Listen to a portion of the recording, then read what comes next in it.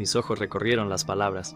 Y todo espíritu que no confiesa que Jesucristo ha venido en carne no es de Dios, y este es el espíritu del anticristo, del cual habéis oído que ha de venir y que ahora ya está en el mundo.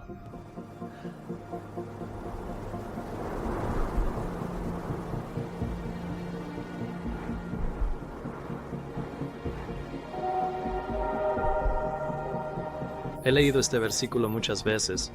Sabía que la venida de Cristo en la carne se refería a su encarnación.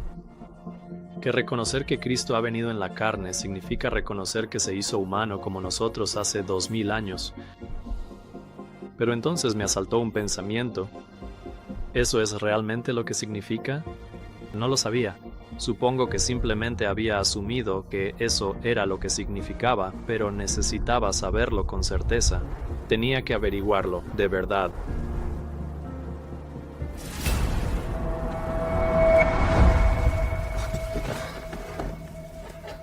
Inmediatamente fui a la página de writings.org, la versión clásica porque prefiero el diseño antiguo, para encontrar declaraciones de Elena de White y de los pioneros sobre este versículo. Busqué la frase "venido en carne" entre comillas, y marqué la casilla opcional de la Adventist Pioneer Library para incluir los escritos de los pioneros en mi búsqueda.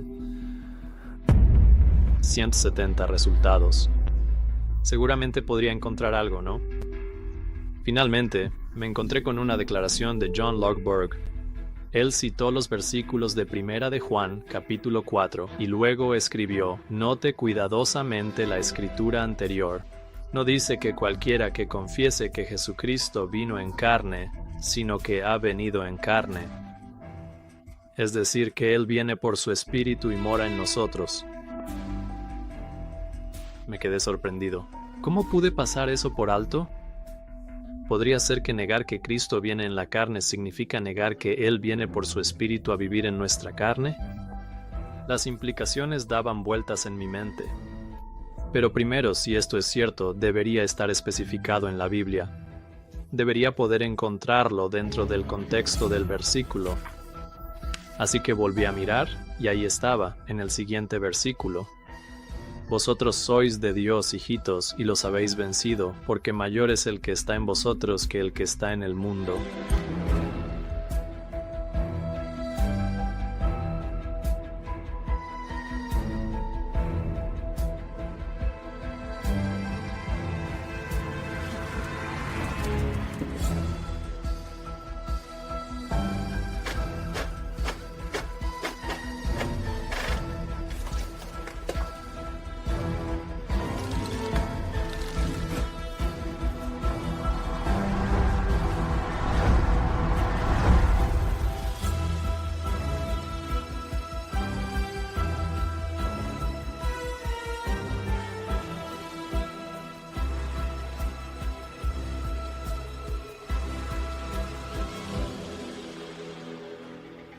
Tenía que ver qué más había escrito Lockborough. Él viene por su Espíritu y mora en nosotros en respuesta a nuestra fe. De hecho, esta es la verdad central del Evangelio: Cristo en vosotros, la esperanza de gloria. El tema práctico que se encuentra en todos los escritos de la señora White es la necesidad de Cristo como un Salvador que mora en nosotros si queremos avanzar en el camino celestial.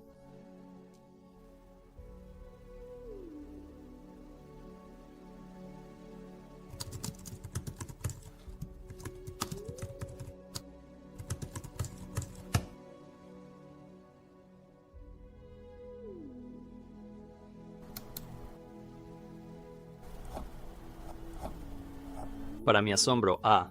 T. Jones hizo exactamente el mismo punto en acuerdo con Lockborough.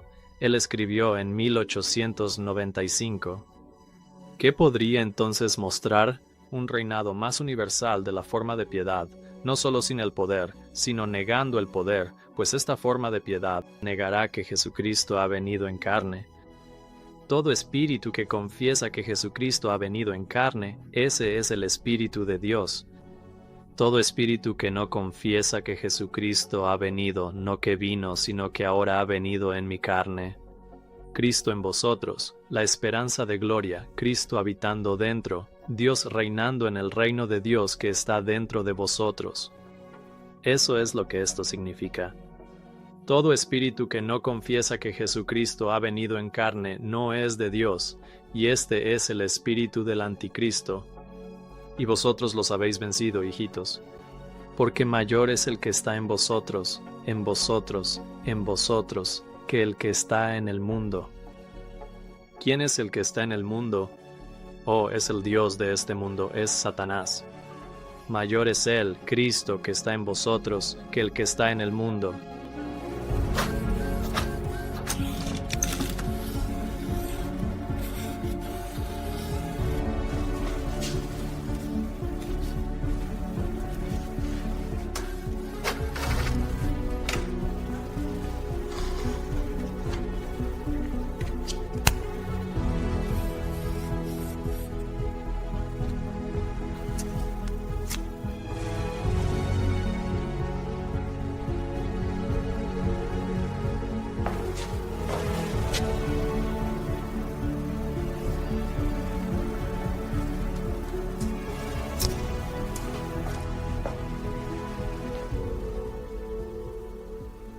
Mi mente se aceleró mientras procesaba cuán significativa era esta revelación. Hace 8 años llegué a comprender que la presencia del Espíritu Santo era, en realidad, la presencia de Jesús mismo.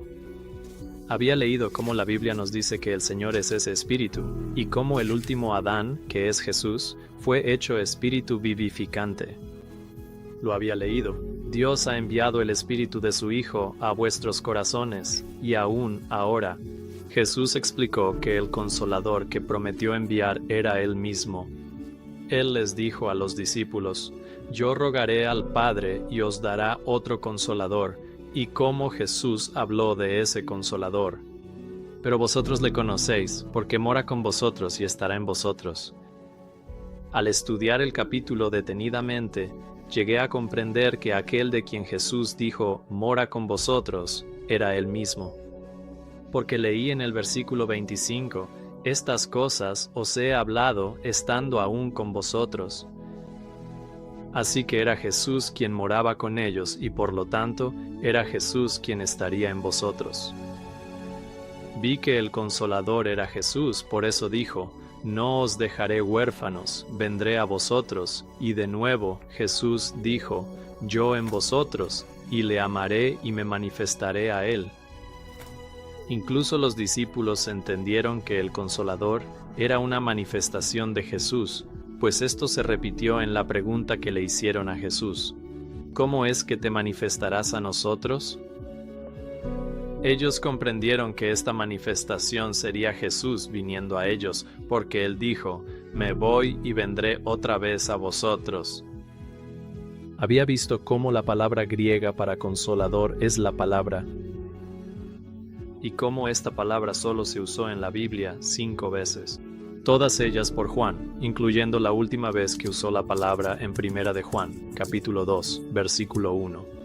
Aquí se traduce como abogado, pero es la misma palabra griega parakletos, que significa consolador, y Juan le da un nombre a este consolador, diciendo que tenemos un abogado o consolador, con el Padre Jesucristo el justo.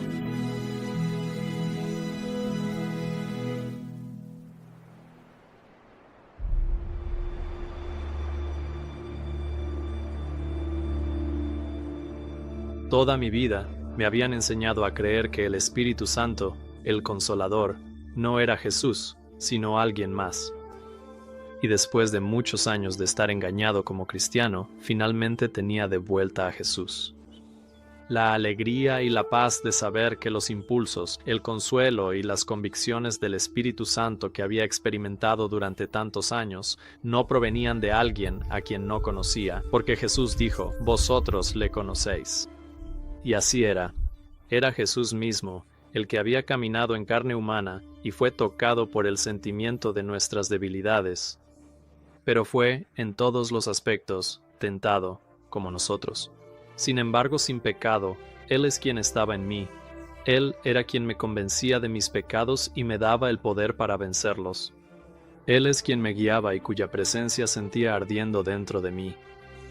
La presencia del Espíritu Santo era la presencia de Jesús todo este tiempo. Realmente Él es mi consolador.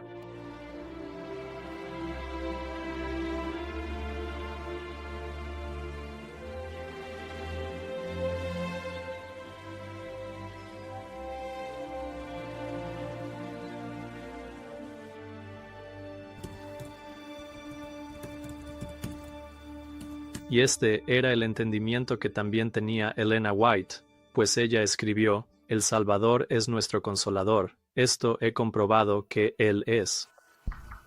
Y adoramos a Dios por su maravilloso amor al darnos a Jesús, el Consolador.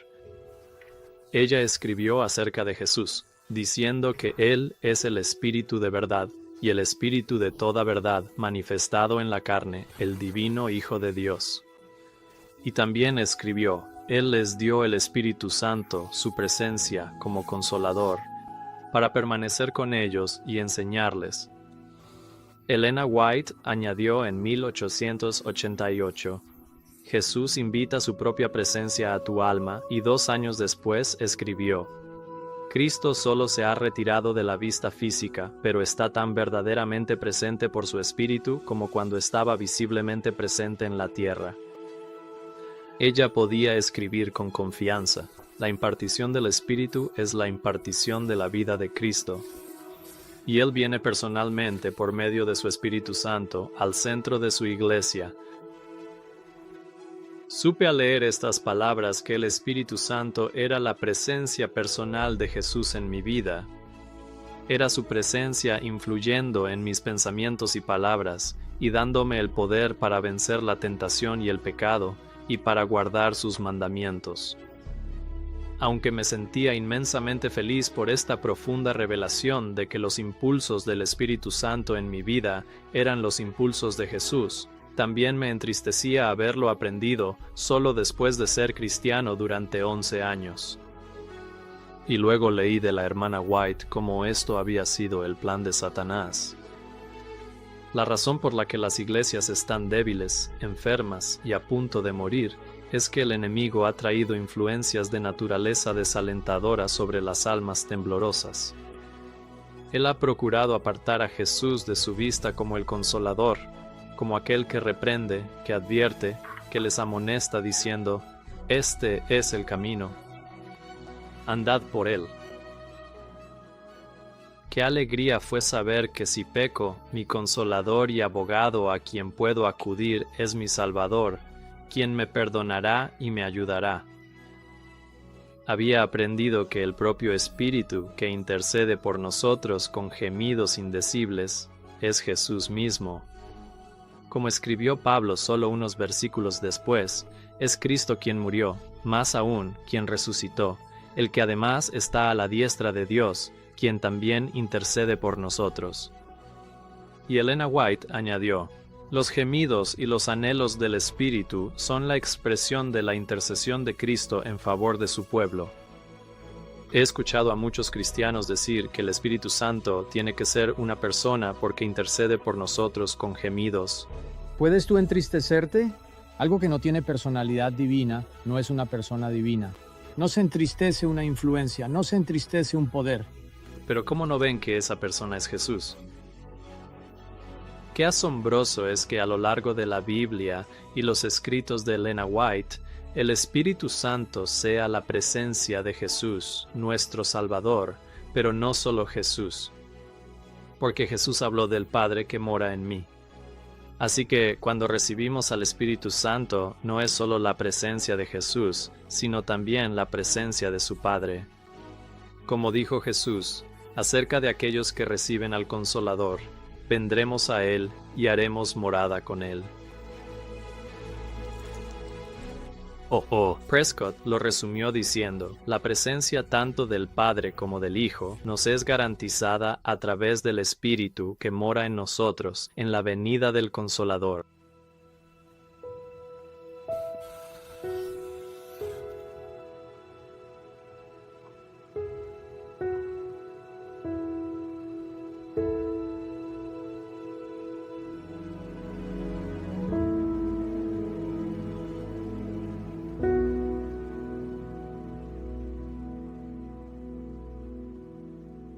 Mientras continuaba mi búsqueda, me encontré con varias declaraciones más de los pioneros, todas afirmando que negar que Cristo ha venido en carne significa negar que Cristo ha venido en nuestra carne. Hablando de Prescott, él también comentó sobre estos versículos acerca de Cristo viniendo en carne y escribió lo siguiente: Ahora, eso no puede significar simplemente reconocer que Jesucristo estuvo aquí y vivió en la carne. Los demonios hicieron ese reconocimiento. Los demonios pueden fusionarse con muchas personas sin que los demás sean malvados. Ellos sabían que Cristo había venido en carne. La fe que viene por el Espíritu de Dios dice: Jesucristo ha venido en mi carne. Él mora en mi carne. Lo he recibido. Ese es el corazón y la vida del cristianismo. Entrando en más detalle sobre esto, él señala en 1895, ahora no es todo el que confiesa que Jesucristo vino en carne, sino todo el que confiesa, el que está confesando, que Jesucristo ha venido en su propia carne. Pero tú dices, eso no puede significar eso. Vamos a detenernos un momento. Todo espíritu que hace eso es de Dios. Ahora, cuando Jesucristo estuvo aquí en la carne, cada vez que los demonios lo encontraban, lo reconocían como Jesucristo en la carne. Decían: te conocemos, sabemos quién eres, el Santo de Dios. ¿Eran ellos de Dios? Cumple con esta idea decir que todo el que confiesa que Jesucristo ha venido, que Él vino. Los demonios confiesan precisamente eso, y ese es exactamente el tipo de fe que se está imponiendo a la gente ahora. Los demonios creen y tiemblan, pero no creen para justicia. Y creer para justicia es el Evangelio. Es Cristo en vosotros, la esperanza de gloria. Y todo aquel que confiesa que Cristo ha venido en la carne es el que está confesando que Jesucristo está en él, la esperanza de gloria. Ese espíritu es de Dios. Todo espíritu que no confiesa que Jesucristo ha venido en carne no es de Dios, y ese es el espíritu del anticristo. Y no importa dónde lo encuentres ni cuándo lo encuentres. Todo espíritu que no confiesa que Jesucristo ha venido en carne es un opositor. Él es anticristo y es del espíritu que se opone, y es la esencia misma del anticristo negar ese hecho. ¿Cuál es la base? En primer lugar, la base general del cristianismo, y en segundo lugar, es la vida y el todo y en todo de la cristiandad de cada individuo. Y eso es que Cristo ha venido en su propia carne y que Jesucristo está en él, la esperanza de gloria. Wagner también entendía lo que significaba esta escritura. Él escribió en 1893 en la revista periódica Prescott Truth UK que todo espíritu que confiesa que Jesucristo ha venido en carne es de Dios, y todo espíritu que no confiesa que Jesucristo ha venido en carne no es de Dios. Observa de nuevo el tiempo presente. No basta con confesar que Jesucristo vino en carne. Eso no traerá salvación a nadie. Debemos confesar a partir de un conocimiento positivo que Jesús está viniendo ahora mismo en la carne, y entonces somos de Dios. Cristo vino en carne hace 1800 años, precisamente con el propósito de demostrar la posibilidad. Lo que Él hizo una vez es capaz de hacerlo de nuevo. Aquel que niega la posibilidad de que Él venga ahora en la carne de los hombres, por lo tanto, niega la posibilidad de que alguna vez haya venido en carne.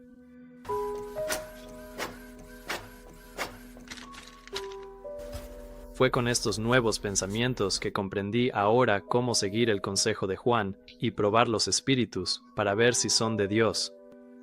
Antes había estado usando la prueba equivocada y por eso era fácil que me engañaran, y de hecho había sido engañado durante muchos años. Pero con este nuevo entendimiento, finalmente supe cómo probar los espíritus con el estándar correcto, si reconocen o no que Cristo ha venido en nuestra propia carne por su espíritu.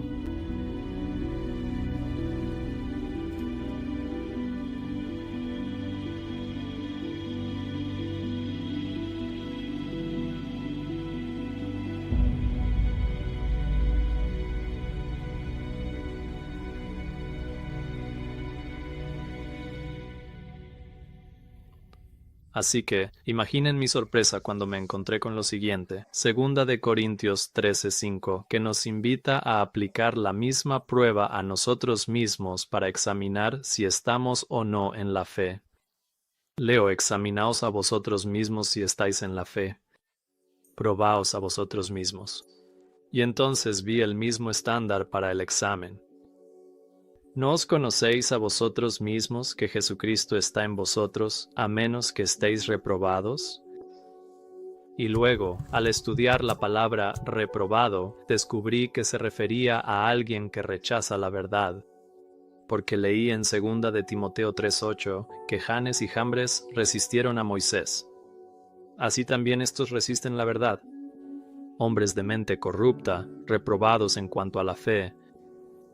Así que reprobado significaba resistir la verdad.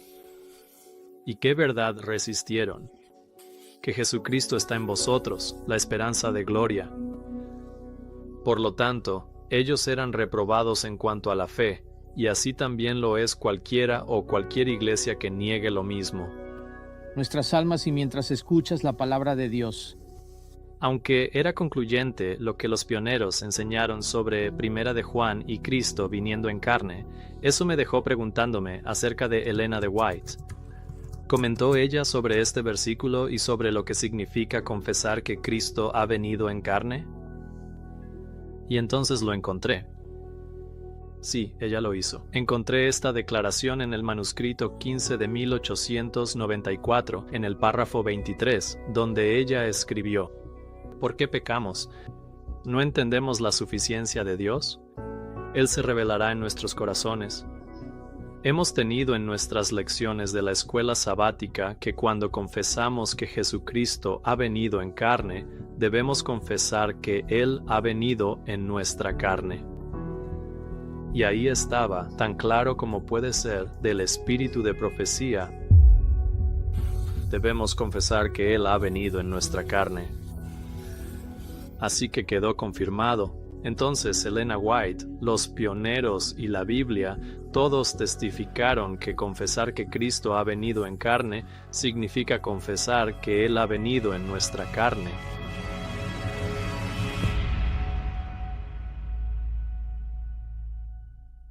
Al aplicar estas revelaciones a nuestro propio tiempo, vino a mi mente la razón por la que muchas personas niegan la posibilidad de que Cristo venga en nuestra propia carne es porque creen que Jesús está atascado en el santuario celestial, ya que consideran que Él no puede estar presente en todas partes porque ha tomado sobre sí nuestra naturaleza humana. He escuchado este pensamiento de que Jesús no puede estar presente en todas partes, expresado muchas veces por cristianos evangélicos e incluso por adventistas del séptimo día. Si Cristo no fuera también divino, tal razonamiento podría tener sentido. Sin embargo, Jesús no es solo humano, también es divino. Y tenía sentido para mí que, aunque Jesús está físicamente en el santuario celestial, aún puede, gracias a las capacidades de su naturaleza divina, habitar simultáneamente con su pueblo, aquí en la tierra. Ellen White escribió sobre esto diciendo que Cristo viene en su naturaleza divina. Ella aclara que, mientras Jesús ministra en el santuario celestial, todavía es, por medio de su Espíritu, el ministro de la Iglesia en la tierra. Él está retirado de la vista física, pero su promesa de despedida se cumple. He aquí, yo estoy con vosotros todos los días, hasta el fin del mundo. Y así es como Jesucristo puede estar tanto en el cielo como presente en su pueblo. Su persona humana, o forma, está en el cielo.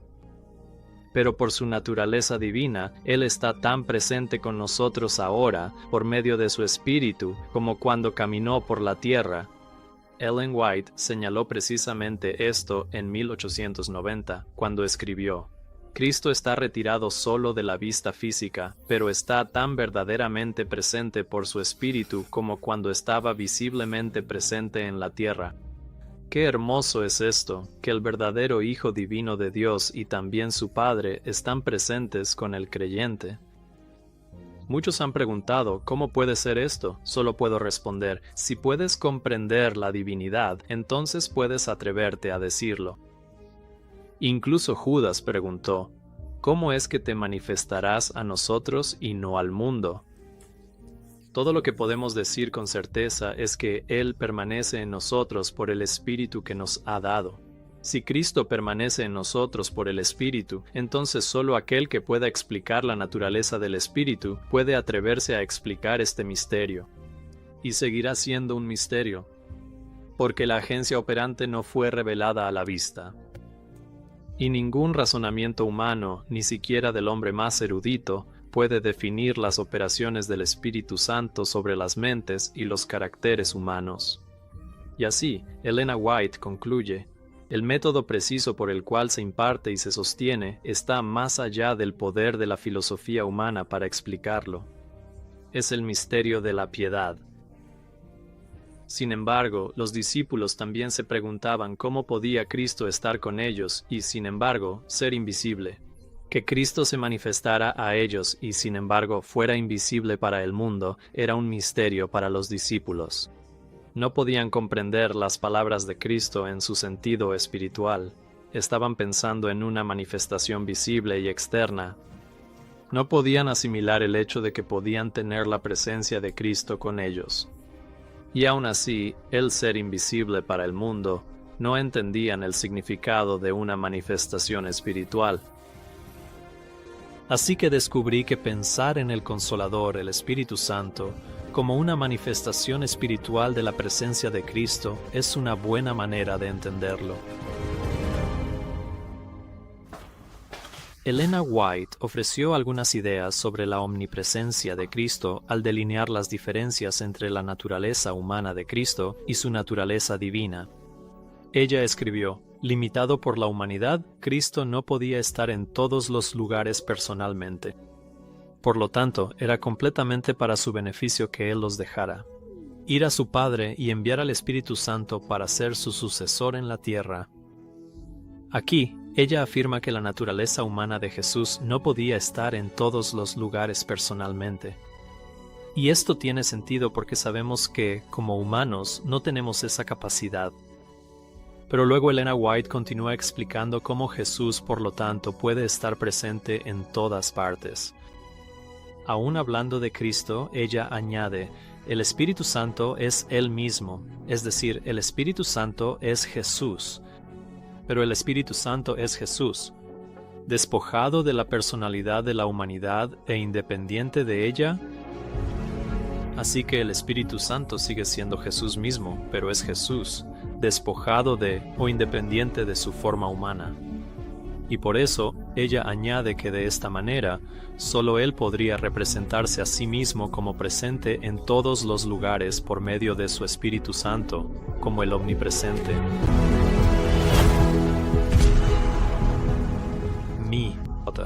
Waggoner llamó al Espíritu de Cristo su propia presencia personal y añadió que por el Espíritu, Él puede habitar en cada hombre en la tierra si se lo permiten, y que esto era algo que Jesús en la carne no podía hacer.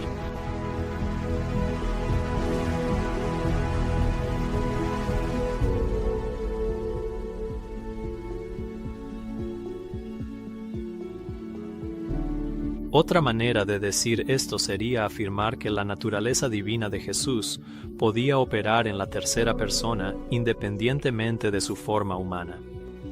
Y esto es exactamente a lo que se refería la hermana White cuando hablaba de la poderosa agencia de la tercera persona de la deidad.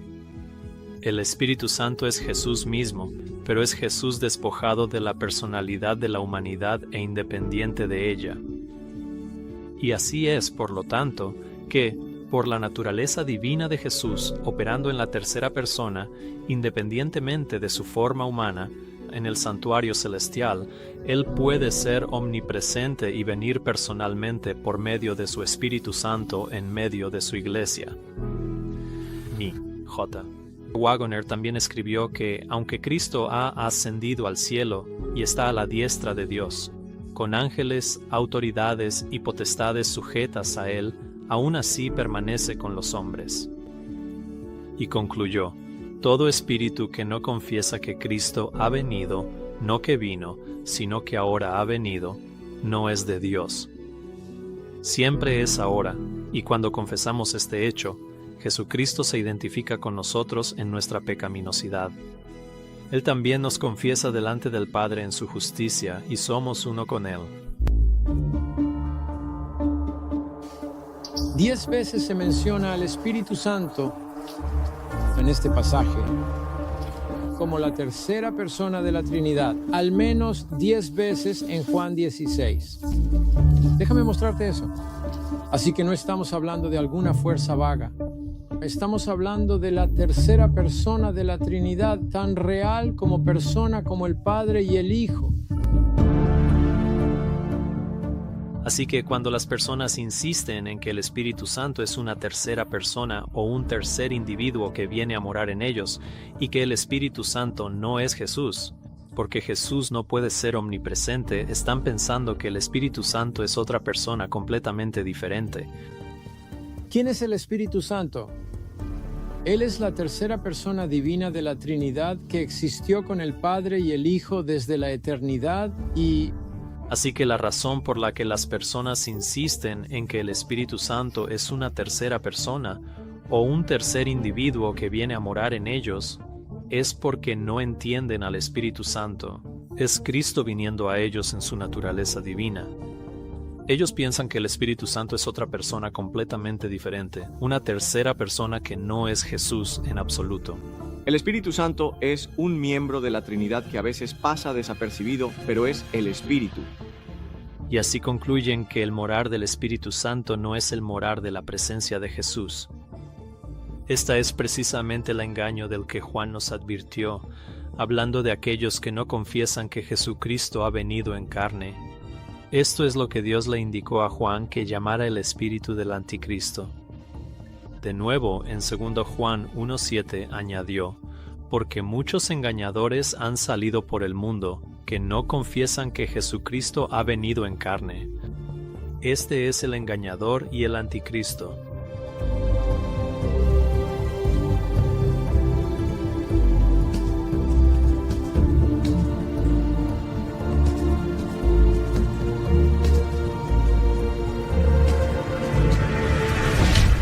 El concepto del Espíritu Santo como una tercera persona, distinta del Padre y del Hijo, se consolidó en el Concilio de Constantinopla en el año 381.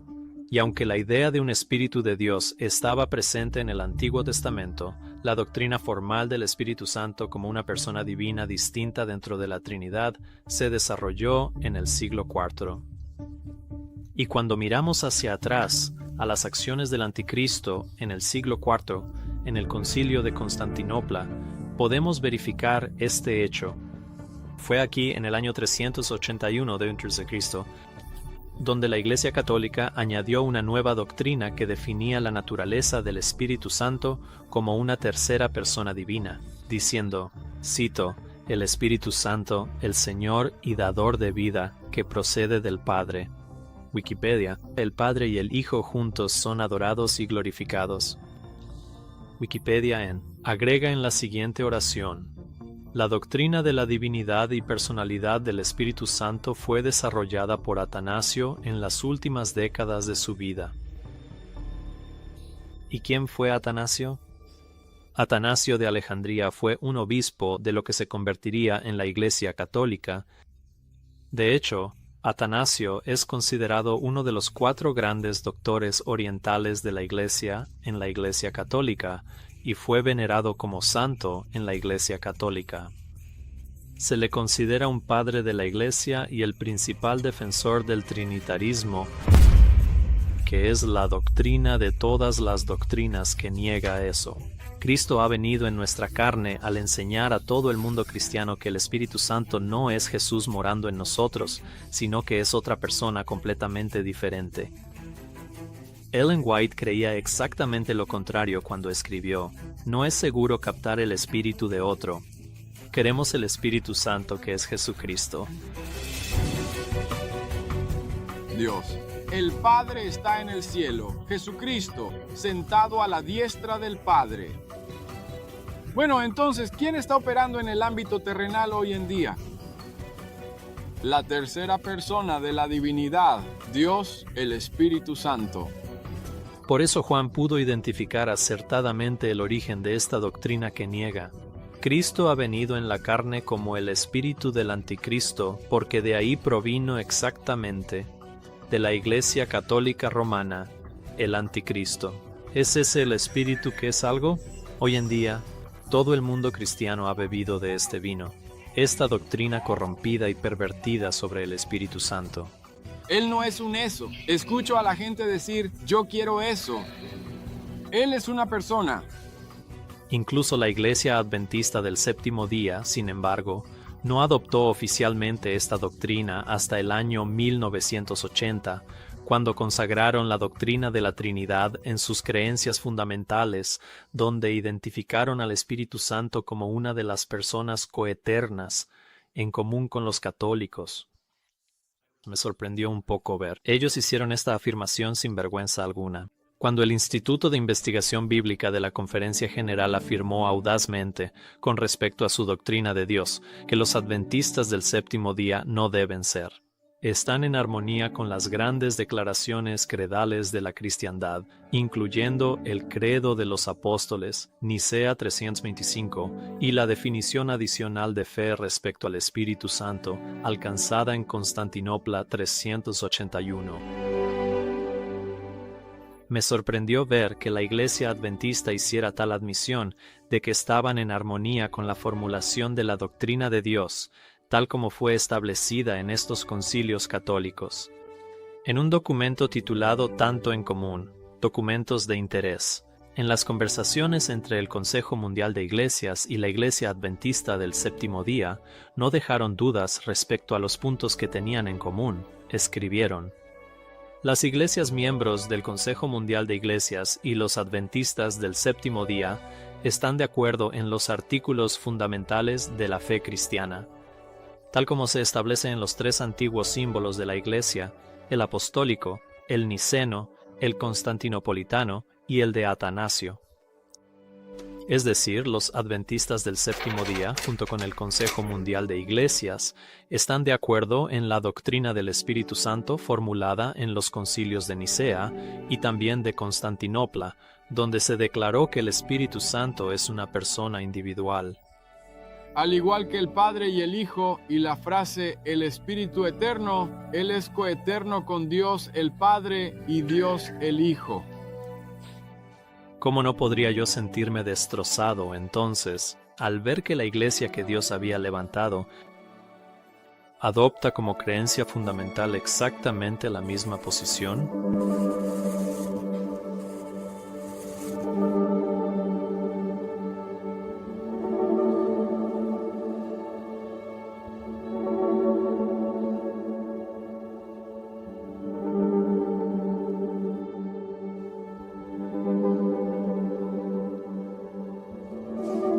Luego concluyen: este acuerdo se expresa en la aceptación incondicional de la doctrina de la Trinidad.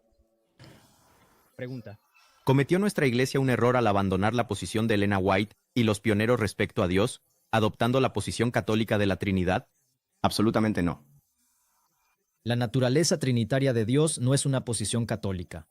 Nadie piensa que hay tres dioses, sino un solo Dios en tres personas. Así que hay tres personas distintas, un solo Dios. Padre, Hijo y Espíritu. Tres personas en un solo Dios. Hay un solo Dios, expresado como tres personas, Padre, Hijo y Espíritu Santo. Dios es uno y tres, Padre, Hijo y Espíritu Santo. Así que vemos aquí que una de las señales distintivas de una iglesia falsa son aquellas personas que añaden o quitan de la ley de los 10 mandamientos de Dios. ¿Estás de acuerdo con eso? Cuando dice en el primer mandamiento, yo soy el Señor, tu Dios. Dios ahí es Elohim, que está en plural. Así que incluso en los 10 mandamientos, Dios está diciendo, es casi como si Dios dijera, nosotros somos el Señor, tu Dios. ¿Estás de acuerdo con eso? ¿Qué otra conclusión lógica podría sacar, excepto que cuando los adventistas adoptaron oficialmente la doctrina de la Trinidad en 1980, el espíritu del anticristo se convirtió en el espíritu de la Iglesia Adventista del Séptimo Día? Debería entonces haberme sorprendido que la primera revista publicada durante la Conferencia General de 1980, en la portada, anunciara el tema de la Conferencia General por su espíritu.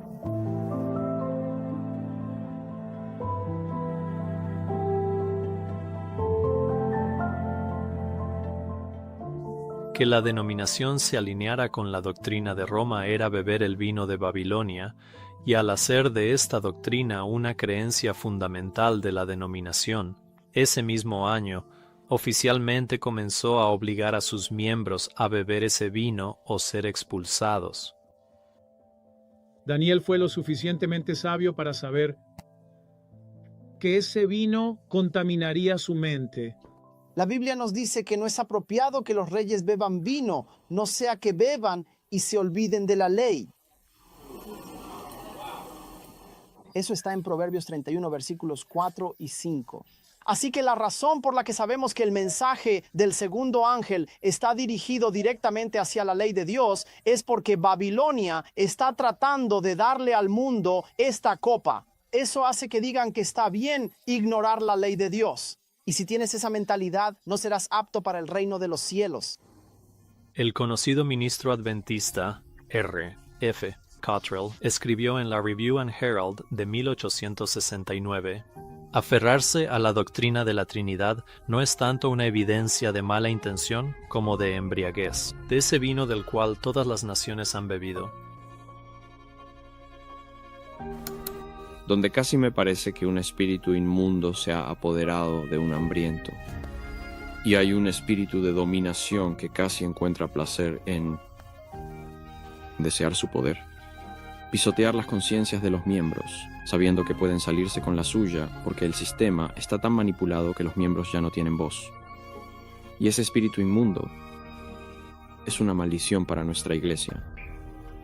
Si la falsa doctrina está representada por el vino de Babilonia, entonces, ¿cuántas falsas doctrinas necesito servir? ¿Cuántas falsas doctrinas necesita servir la iglesia para ser Babilonia? Todo lo que necesitas es que tu iglesia adopte oficialmente una falsa doctrina, y eso te convierte en Babilonia. Ahora, amados, escúchenme. Si la iglesia adventista del séptimo día cree oficialmente en la Trinidad, pero tienes a antitrinitarios diciendo que la doctrina de la Trinidad es parte del vino de Babilonia, permítanme hacerles una pregunta. ¿En qué convierte eso a la iglesia? ¿En qué convierte eso a la iglesia?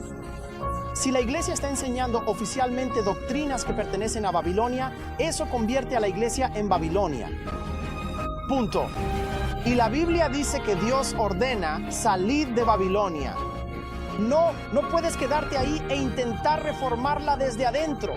Si la iglesia es Babilonia, Babilonia no puede ser reformada. Así que tienes que salir.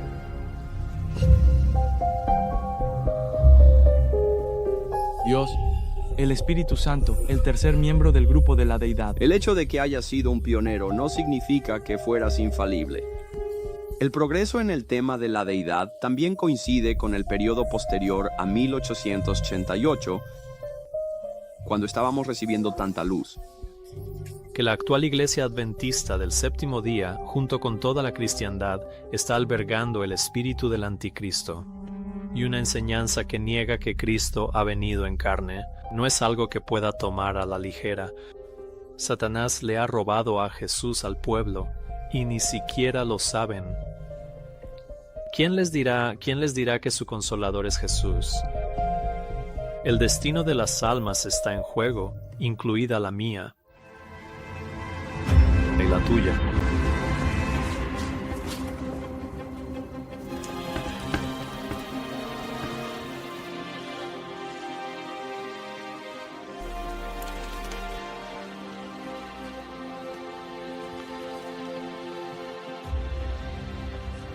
Los adventistas del séptimo día no siempre entendieron que negar que Cristo ha venido en carne significaba negar que Cristo ha venido en nuestra carne. J.N. Logborough comparte un poco de su propia experiencia. Él escribe: ahora leo otro texto, Juan 4, 1 y 3. Amados, no creáis a todo espíritu, sino probad los espíritus si son de Dios, porque muchos falsos profetas han salido por el mundo. En esto conoced el Espíritu de Dios. Todo espíritu que confiesa que Jesucristo ha venido en carne es de Dios. Y todo espíritu que no confiesa que Jesucristo ha venido en carne no es de Dios. Yo solía creer que esto significaba que esos falsos espíritus tenían que reconocer la encarnación de Cristo. Pero bendigo a Dios porque nos está llegando una luz mayor, y ahora creo que significa confesar que Jesucristo ha venido en nuestra carne. Así es precisamente como hemos de vencer por medio de Jesucristo en nuestra carne. Como dice el texto, mayor es el que está en vosotros que el que está en el mundo. Esto fue una nueva revelación para Logborough y también lo fue para mí. Él también planteó un punto importante. Solo podemos vencer el pecado mediante el poder interior de Jesucristo. Pedro dice: podéis ser participantes de la naturaleza divina, habiendo escapado de la corrupción que hay en el mundo a causa de la concupiscencia. ¿Cómo escapamos de la corrupción de este mundo? Participando de la naturaleza divina. ¿Cómo entonces podemos negar la presencia de Cristo cuando Él viene en su naturaleza divina, y aún así esperar apropiarnos de su poder divino para vencer el pecado? Y entonces me di cuenta de que, mientras los judíos rechazaron a Cristo en su naturaleza humana, hoy en día cada denominación cristiana ha rechazado a Cristo cuando viene a nosotros en su naturaleza divina. ¿Qué apostasía tan predominante? ¿Qué tan astuto es Satanás que logra impregnar a todo el mundo cristiano con su propio espíritu, el espíritu del anticristo, incluso convenciendo a los cristianos de que son seguidores de Cristo mientras en realidad niegan a Cristo? Y todo esto, como si Dios nunca hubiera advertido a su pueblo sobre recibir a otro Jesús o a otro espíritu. Lo que encuentro en las Escrituras es que es Jesús quien está en nosotros y no alguna tercera persona aparte de Jesús. En el capítulo 14 de Juan, Jesús dijo: yo vendré a él y me manifestaré a él. Cuando hablé con uno de los evangelistas más conocidos de la Iglesia Adventista del Séptimo Día sobre este tema, me dijo que si yo creo que el Espíritu Santo es la presencia de Jesús en mí, y él cree que Jesús está obrando en él a través de otra persona, ambos creemos que es Jesús quien hace la obra, y que la diferencia en puntos de vista es solo cuestión de semántica. Casi no podía creer lo que estaba escuchando. ¿Semántica? Para mí estaba claro que él no entendía el tema ni su verdadero significado. Y sinceramente, en ese momento, Dios también tenía más cosas que mostrarme. Y así lo hizo. Unos años después, cuando me mostró eso, la morada de Cristo está vinculada con la recepción de la justicia de Cristo, por la cual somos salvos.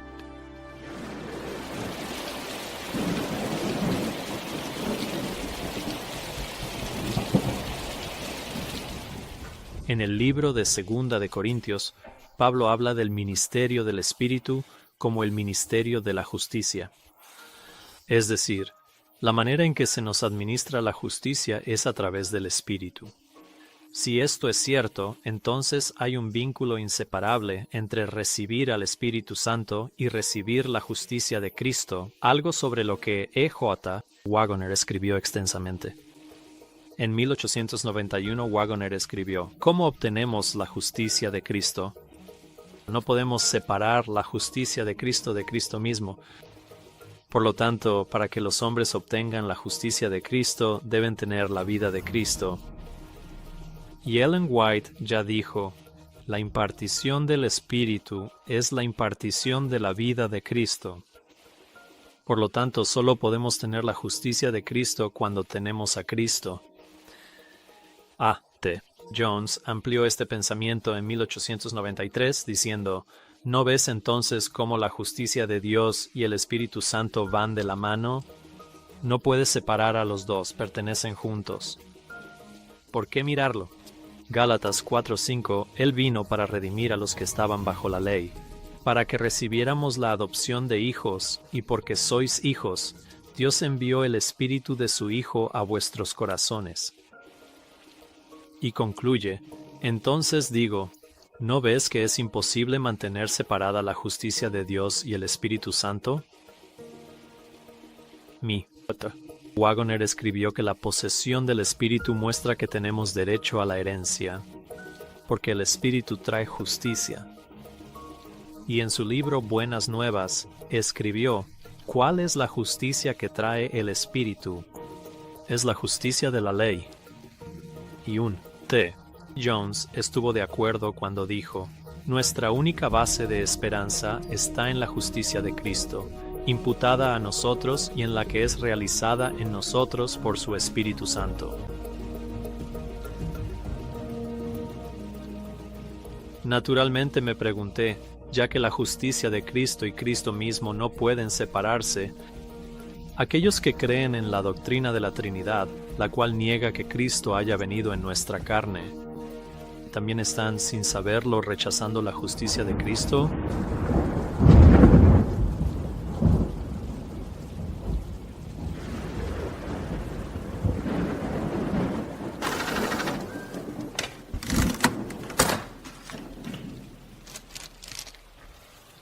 Ellen White escribió: por medio de la obra del Espíritu Santo, la santificación de la verdad, el creyente se prepara para los atrios del cielo, porque Cristo obra en nosotros y su justicia está sobre nosotros. Así que ahí estaba de nuevo. Por medio de la obra del Espíritu Santo, la justicia de Cristo está sobre nosotros. Esto no era simplemente una cuestión de semántica. Recibir la justicia de Cristo es imprescindible para la salvación, y si la justicia de Cristo no puede separarse de Él mismo, entonces, al rechazar la morada del Espíritu Santo como la morada de Cristo, me di cuenta de que la mayoría de los cristianos estaban rechazando la justicia de Cristo.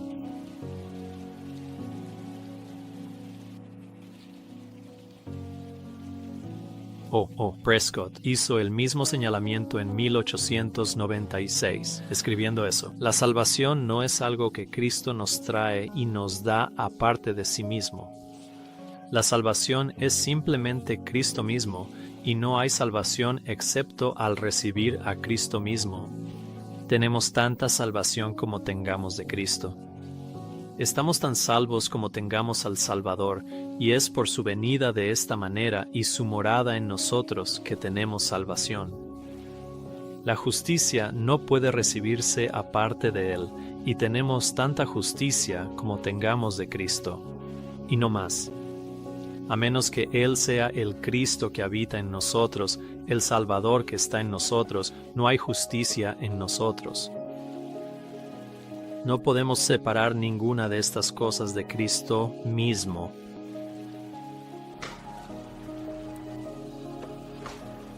¡Qué pensamiento tan solemne! Si Cristo no está en nosotros, la justicia de Cristo no está en nosotros.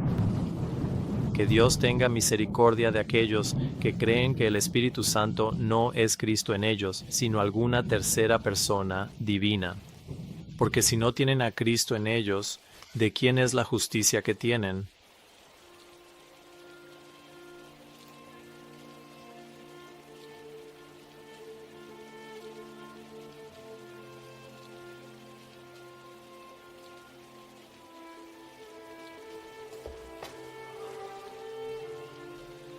El otro mensajero de 1888, A.T. Jones, escribió: recibimos la promesa del Espíritu por medio de la fe, pero ¿qué la trae?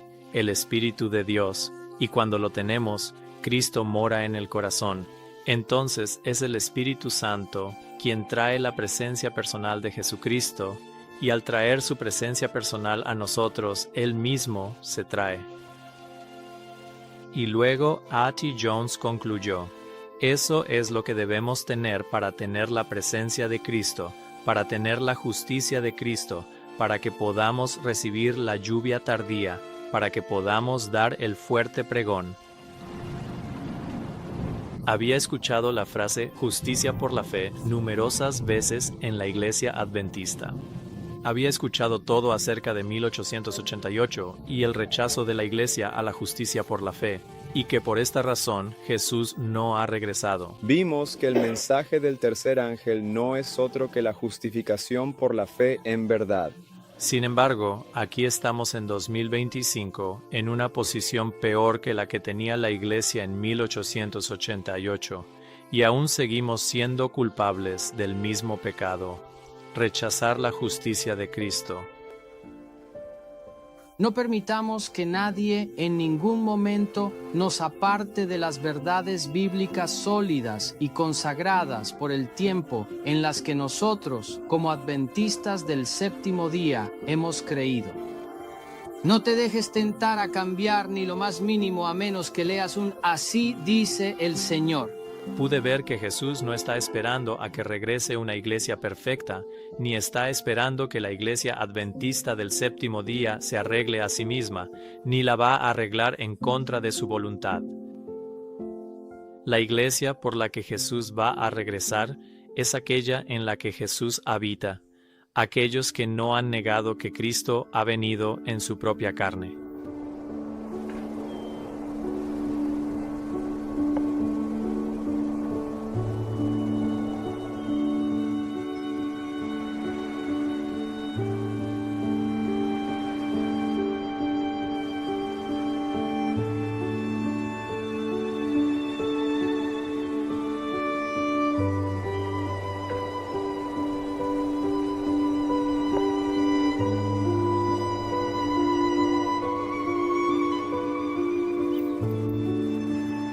A la iglesia de la Odisea, él dice: He aquí, yo estoy a la puerta y llamo. Si alguno oye mi voz y abre la puerta, entraré a él y cenaré con él, y él conmigo. Jesús quiere entrar en cualquier persona que escuche su voz. Él, por medio de su Espíritu, está llamando a la puerta del corazón de cada individuo. Pero, ¿por qué está él afuera?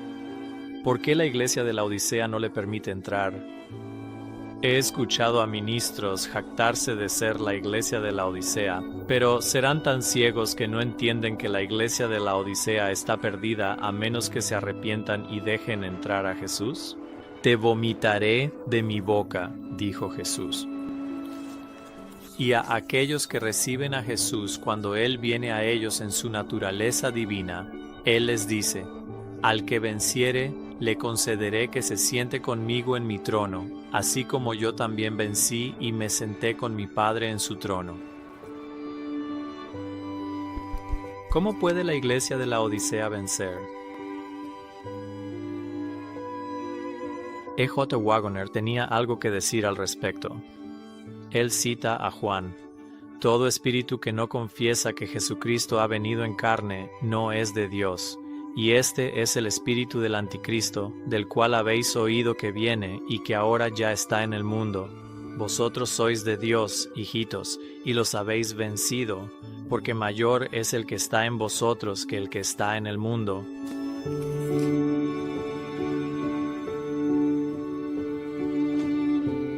Y luego Waggoner concluye: Vencemos al anticristo únicamente teniendo a Cristo en nosotros.